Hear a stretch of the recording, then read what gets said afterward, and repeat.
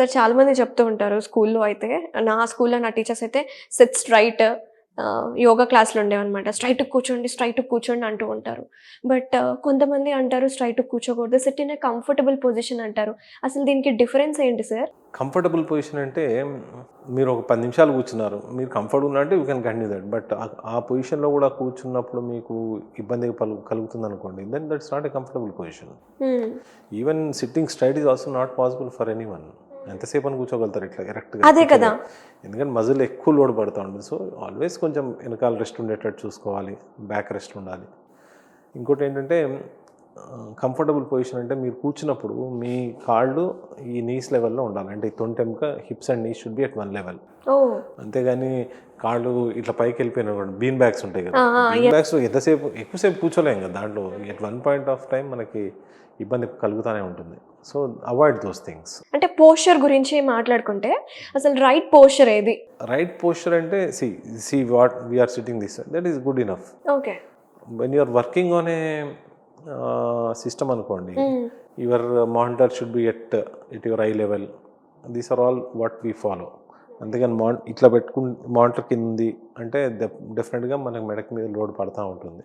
హ్మ్. అండ్ మనం వాడుకునే చైర్ ఒకటి, మనం ముందు కూర్చొని ఇట్లా వర్క్ చేస్తామని అనుకోండి ఎక్కువసేపు, definitely spine will be affected on a long run చెప్తున్నాను. For a brief period is fine. Hmm. Hmm. ఇంకోటి ఏంటంటే సిట్టింగ్ ఎక్కువసేపు కూర్చోవడం అనేది పెద్ద స్ట్రెస్ స్పైన్కి. Oh! I said in many programs, sitting is the new smoking. Yeah! Prolong Sitting is, smoking. yeah, prolong sitting is equal to prolonged sitting smoking. is equal to smoking. That was given somewhere in 21, 22 or WHO guidelines లో ఉండే అది. హ్మ్. Are వాళ్ళ theme అనుకుంటుంది. I don't remember exactly 21 or 22.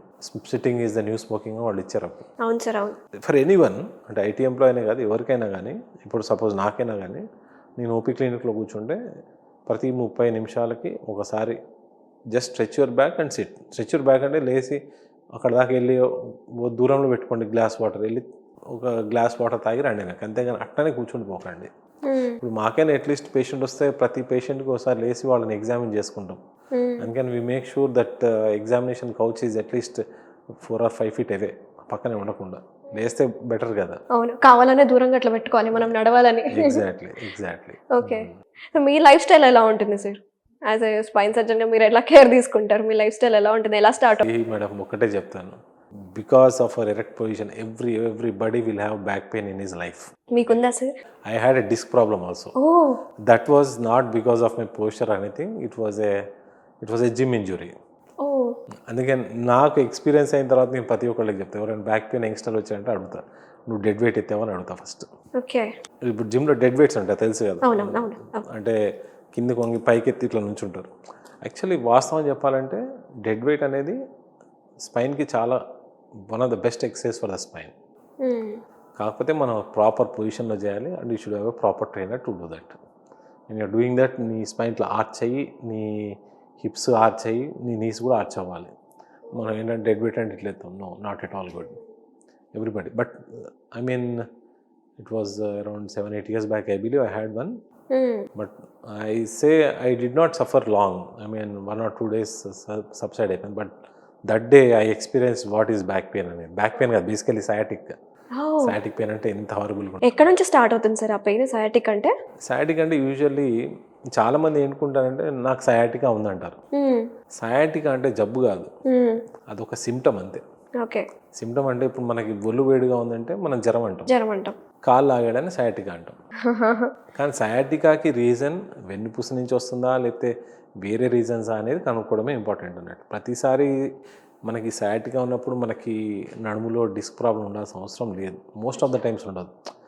ఒక్కోసారి muscle strain అవ్వచ్చు, abnormal muscle pull అప్పుడు కూడా మనకి లెగ్ లాగేస్తూ ఉంటుంది. హుహు. సో సయాటికా అనేది it's not a disease, it is a symptom, that is it. అప్పుడు తెలిసింది అసలు ఎలా ఉంటుందిరా బాబు పెయిన్ అనేది. బాయ్. ఇలా బాధపడతారా అని. ఎగ్జాక్ట్లీ. అందుకని నేను సపోజ్ ముగ్గురు ఉన్నారు, ఇప్పుడు మీరున్నారు, మీరు బ్యాక్ పెయిన్ వచ్చి పక్కన మీ కొలీగ్స్ ఆర్ మీ ఫాదరో మీ మదరో ఉండి, హ్మ్. ఇప్పుడు సపోజ్ మీ పెయిన్ మీకు ఒక్కరికే తెలుసు. అవును. నేను చెప్తా, మన ఇద్దరం కాదు సార్ డిసైడ్ చేసుకోవాల్సింది. నేను ఒక సర్జరీ ఆఫర్ చేశాను అనుకోండి ఒకళ్ళకి, ఎందుకు సార్ సర్జరీ అవసరం లేదంటే, మీరు కాదు నేను కాదు డిసైడ్ చేయాల్సిందండి, the patient has to decide whether he wants to or she wants to get it operated around, because వాళ్ళు ఒక్కళ్ళకే తెలుసు ఆ పెయిన్ ఏంటో. సయాటికా గురించి మాట్లాడుకుందాం సార్. సయాటికా సిమ్టమ్స్ అయితే పెయిన్ లాగేస్తూ ఉంటుందని తెలుసు, neck pain. Leg pain. So అది ఎందుకు వస్తుంది? ఇట్లా వర్కౌట్స్ వల్లనే వస్తుందా, లేకపోతే హెరిడిటరీ వల్ల ఏమైనా వస్తుందా, లైఫ్ స్టైల్ వల్ల వస్తుంది, ఎందుకు వస్తుంది? వర్కౌట్ హెరిడిటరీ అని కాదండి, it can be for any person. Like రోజు కుర్చీలో కూర్చొని జాబ్ చేసుకునే వాళ్ళకి రావచ్చు, రోజు పొలం పనులు చేసుకుని ఆ లేబర్ వర్క్ చేసుకునే వాళ్ళకి రాకపోవచ్చు. ఓకే, అంటే nothing to do with your working style. అంటే ప్రాపర్ ఇటియాలజీ అంటూ లేదా సార్? ఈయనకి సయాటిగా వస్తుంది లేకపోతే ఈయనకి డిస్క్ ప్రాబ్లమ్ వస్తుంది చెప్పలేము, ఎవరికైనా రావచ్చు. It depends on individual thing. అందుకని మనం దాని బల్ల గుద్దినట్టు వీడికి వచ్చేస్తుంది వీడికి రాదు అని చెప్పడానికి లేదు. Anybody can be a victim of it and nobody is immune to it. Anybody can have, you can have, I can have, anybody can have. So coming to దాన్ని ఏమంటారు సిమ్టమ్స్ కానీ దానికి అసలు what is the reason for sciatica అంటే, ఇప్పుడు నేను sciatica reason స్పైన్లో ఎలా వస్తుందో చెప్తాను, because there are other things also. దాని సయాటికా అనొచ్చు అంటే వేరే ఏదైనా నచ్చు, కానీ ఉట్టి లెగ్ పెయిన్ ఉంది కాకపోతే దానికి కారణాలు రక్తనాళాలు అయితే దాన్ని వేరే అంటాం. బ్లడ్ వెజల్ వల్ల కూడా రావచ్చు కానీ but we don't call it sciatica, that we call something else. So ఇప్పుడు వెన్నుపూస వల్ల వచ్చే సయాటికాకి రీజన్స్ ఏంటంటే మోస్ట్ కామన్గా నరాల మీద ఒత్తిడి కూడా ఉండక్కర్లేదు ఒక్కోసారి. సింపుల్ ఏంటంటే ఇప్పుడు మన వెన్నుపూస ఎముకల మధ్యలో ఉండే డిస్క్ గురించి చెప్పాను కదా, డిస్క్ అనేది ఏంటంటే రెండు వెన్నుపూస ఎముకల మధ్యలో ఉంటుంది. అది ఒక soft structure. Though it is inside the body, it does not, దానికి రక్తం బ్లడ్ సప్లై అంటూ ఉండదు. ఓకే, దాని న్యూట్రిషన్ పక్కనున్న బోన్స్ నుంచే వస్తుంది. సో మన బాడీలో ఉన్న ఫారెన్ బాడీలా ఉంటుంది అది. సో అదే సపోజ్ మనకి డిస్క్ ఇదే ఏదో వెయిట్ ఎత్తాము, ఏదో సమ్ అబ్నార్మల్ మూమెంట్ జరిగింది, అది ఏమీ జరగలేదు, మనకి కాలు నొప్పి వస్తుంది అనుకోండి, we'll evaluate first depending on the వాళ్ళకున్న సివియారిటీని బట్టి మనం అప్పుడే ఇన్వెస్టిగేట్ చేస్తాం. లేదా వాళ్ళు ఓకే అనుకుంటే maybe will give a trial of medical management, కొన్ని రోజులు మందులు వాడుకోండి చూడండి అని చెప్తాం. ఓకే, ఇనీషియల్ ఒక్కోసారి ఏంటంటే మనకు కనిపించేది ఏంటంటే డిస్క్ నరాన్ని ఒత్తుతున్నప్పుడు మనకి దాన్ని ఏమంటారు ఈ కాళ్ళు అవుతూ ఉంటుంది. ఎందుకంటే ఈ కాళ్ళు ఏంటంటే ఈ వెన్నుపూస ప్రతి వెన్నుపూస ఎముక మధ్య నుంచే మనకి కాళ్ళలోకి వచ్చే నరాలు ఉంటాయి. అంటే ఇవన్నీ ఒక 5-6 నరాలు కలిపి ఒక నరం అవుతుంది. దాన్ని సయాటిక్ నర్వ్ అంటాం, ఒకదాన్ని ఫిమోరల్ నర్వ్ అంటాం. ఈ మన తొడ వెనుక భాగం నుంచి కింది దాకా సప్లై అవుతుంది. ఇవన్నీ ఎక్కడంటే నడుములో ఫామ్ అవుతాయి ఈ నరాలన్నీ. సో ఈ వెన్నుపూస మధ్యలో ఉన్న డిస్క్ నరాన్ని ఒత్తినప్పుడు ఆ కాల్లోకి రేడియేట్ అవుతుంది pain. That is what you call sciatic pain. ఎలా తగ్గించుకోవచ్చు సార్ ఈ సయాటిక్ పెయిన్ని? డిపెండ్స్ అండి. అంటే most of the time it's a medical management ఉంది. మోస్ట్ ఆఫ్ ద టైమ్స్ నడుములో అయితే 80-85% మెడికల్ మేనేజ్మెంట్ చేస్తాం. మెడలో దాన్ని సయాటిక్ అనం, దాన్ని బ్రెకాలజీ అంటాము. అది యూజువల్ 90-95% తగ్గిపోతుంది మందులతోటి. సో నేను కమింగ్ బ్యాక్, ఈ డిస్క్ అనేది మనం ఫారెన్ బాడీ అని చెప్పాను కదా. So when it comes out then the body reacts like, దాన్ని ఫారెన్ బాడీ రియాక్షన్స్ అంటాం కదా. మనం చిన్నప్పుడు చదువుకుంటాం తెల్ల రక్త కణాలు ఫైటింగ్ అని. ఇది నాట్ తెల్ల రక్త కణాలు కాదు, కానీ ఇక్కడ ఒక ఫారెన్ బాడీ తోటి మన ఈ బాడీ డిఫెన్స్ మెకానిజం ఎట్లా పనిచేస్తుందో అట్లా చేస్తుంది. నాట్ రియల్లీ డిఫెన్స్ మెకానిజం, దీన్ని ఏమంటారంటే ఇన్ఫ్లమేటరీ మెకానిజం. ఎందుకంటే disc is highly inflammatory and which is not part of the regular blood సప్లైలో లేదు అది. ఎందుకంటే it's a foreign, when it comes in to the contact with our body fluids then the body tries to fight against its. అదే మన ఒక inflammation create అవుతుంది. దానివల్ల ఇది లాగుతూ ఉంటుంది. అది ఎప్పుడు దాని జస్ట్ టేర్ ఉన్నప్పుడు, యాన్యులార్ టేర్ అంటే ఆ డిస్క్ చుట్టూ ఒక పొర ఉండి ఆ పొర నుంచి మెటీరియల్ బయటకు వచ్చినప్పుడు దాన్ని యాన్యులార్ టేర్ అంటాం.